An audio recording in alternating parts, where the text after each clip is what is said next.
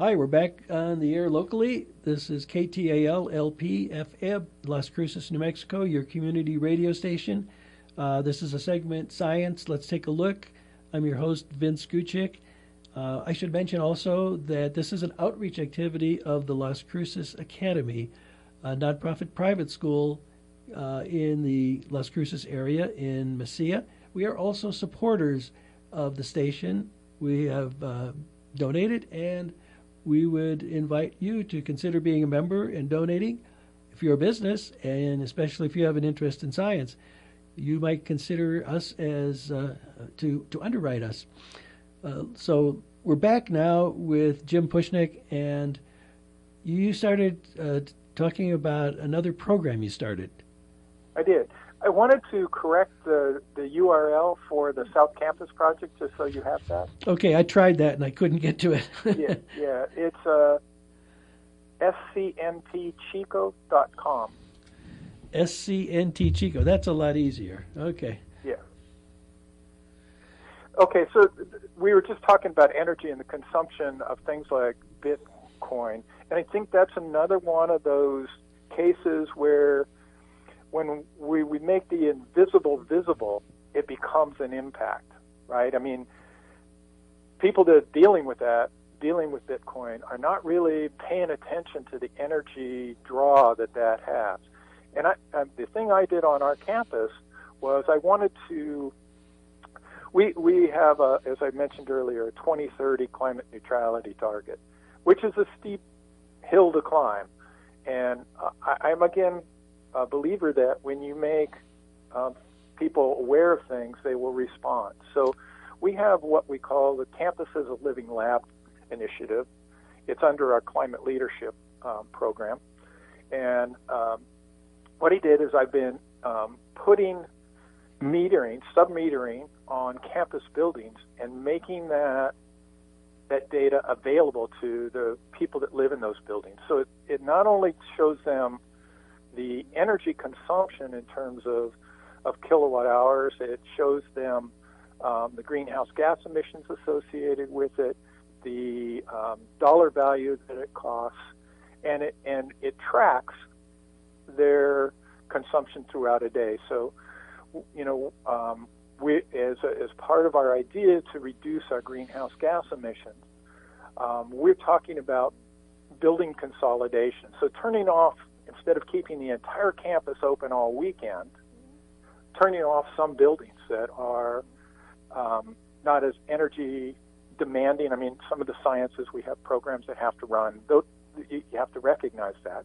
But we could reduce our campus emissions by rescheduling student learning projects and things in common buildings rather than, opening a building for a history class and then opening a separate building for a social science class. Yes. That actually brings up two things I hope we have a little time to explore. First, you're still running on fossil fuels mostly. Where are your carbon offsets? And, that's what you're going to have to do to become sustainable. But it also calls to mind something here on the NMSU campus. When they did an addition to the biology building, I pointed out to Ben Woods, then the head of physical plant, saying, look, if you put a Mitsubishi heat exchanger in, you can vent the warm air or the cool air and capture the heating or the cooling. It will cost you, I forget what it was, $100,000. But it'll pay for itself in somewhere between 2 and 5 years. And basically the reaction of the administration up and down the line was, that's nice. It never happened. Yeah. And that was discouraging, but it looks like you've got a better handle on that. So could you just address the stuff about offsets, carbon offsets? Well, we are trying to do, at least initially, all the carbon offsets on campus. It's whether we collect and compost all our campus food waste. We use those in our university farm. Those things. My major goal was to change the composition of the grid that feeds our institution. We used to be part of a collective energy purchasing program that was run by the whole CSU system. That really came out of Arizona Power Supply, heavily based in coal-fired power plants. I was able to make the argument that we could reduce our greenhouse gas emissions substantially by shifting to Pacific Gas and Electric's grid mix, which was at least 25% at the time of renewables. That really gave us about a 10 to 15, actually it was higher than that, it was about 25% reduction in our campus emissions simply by making that conversion. Cost a little bit more, but it was substantial. That's a major shift. How did you get people to buy into that? I think I just was in their face so many times that they just said, please go away, we'll do it.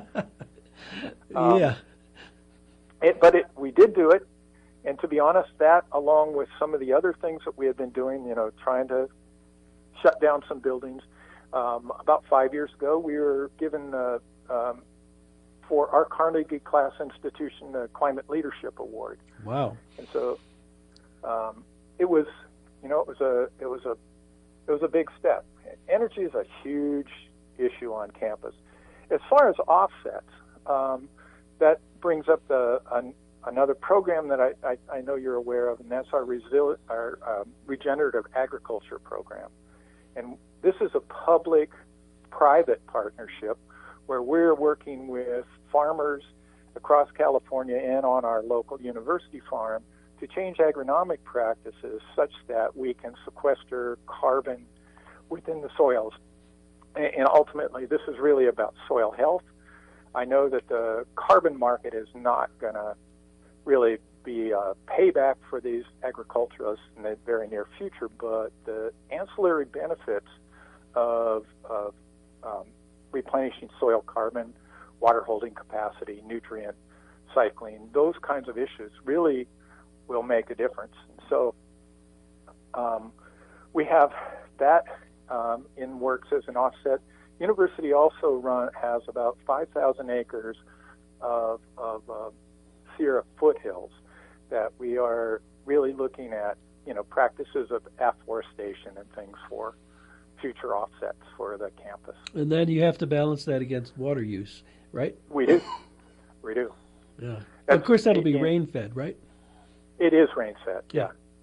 But, in all these cases, you not only have to balance the environmental, the economic, and the social, the equations. That's what sustainability is about, is really trying to find that place where there's enough resilience in the system that if you get challenges like drought, that it can stabilize, it can adjust and adapt to those conditions without changing into a new ecological state. That's an amazing pair of initiatives. Before we're going to run out of time in maybe 3.5 minutes, could you talk about the conference that really amazed me when we were talking yesterday? Oh, sure. We're now offering our 13th This Way to Sustainability Conference. This is an entirely student-run, organized conference. We draw about 1,500 to 2,000 students and community members every year. I have been able to raise funds to bring some notable keynotes and from different viewpoints. Everything from the late Steve Snyder, who was one of our first to kick off this. He gave an outstanding view on climate change. I've brought people like David Orr from the educational perspective. We've had people like Gwyneth Craven, who wanted to present issues of nuclear energy and how that should be a part of the portfolio. Good. All sides of this question. I'm trying not to be prescriptive and say this is what has to be done, Yeah. but to have that conversation and have people engage. I mean, I brought Paul Watson from the Sea Shepherds. I brought Daryl Hannah from whatever she does, right? Movies. I mean, she was she's an advocate for environmental stability, but we've brought a number of people. Again, this is really an important thing for me because this is a fresh, youthful voice. These are the things that the hot button items that they see and that they're interested in hearing about. Along with these keynote speakers, it's an opportunity for students to present their work and community members to present their work. So this year we have, I think, somewhere in the neighborhood of 100 presentations over 2 days, and keynotes from, let's see, this year, there are a number of people that, David Montgomery is going to talk about soils. I have Matt Sinclair from the UC system, who led their climate leadership programs. They, under Janet Napolitano, are really pushing for the entire UC system be climate neutral by 2025, and they have some very aggressive approaches that they're taking. So he's going to share those with us. And so, yeah, this is it's actually a fairly high profile thing.